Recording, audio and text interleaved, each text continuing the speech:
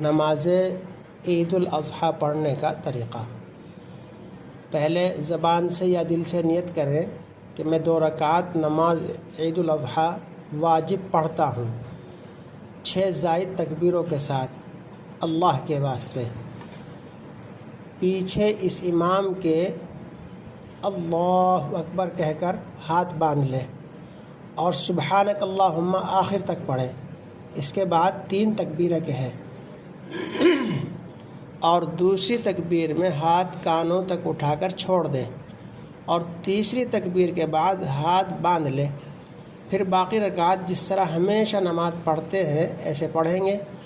دوسری رکعت میں جب امام تکبیر کہے تو پہلی، دوسری، تیسری تکبیر میں ہاتھ کانوں تک اٹھا کر چھوڑ دیں اور چوتھی تکبیر بغیر ہاتھ اٹھائے کہتے ہوئے رکوع میں چلے جائیں۔ بقیہ نماز حسب دستور پوری کریں۔ اور نماز عید الاضحیٰ کا خطبہ سننا واجب ہے، البتہ خطبے کے بعد دعا ثابت نہیں بلکہ نماز کے بعد ہی دعا کر لیں۔ واللہ اعلم بالصواب۔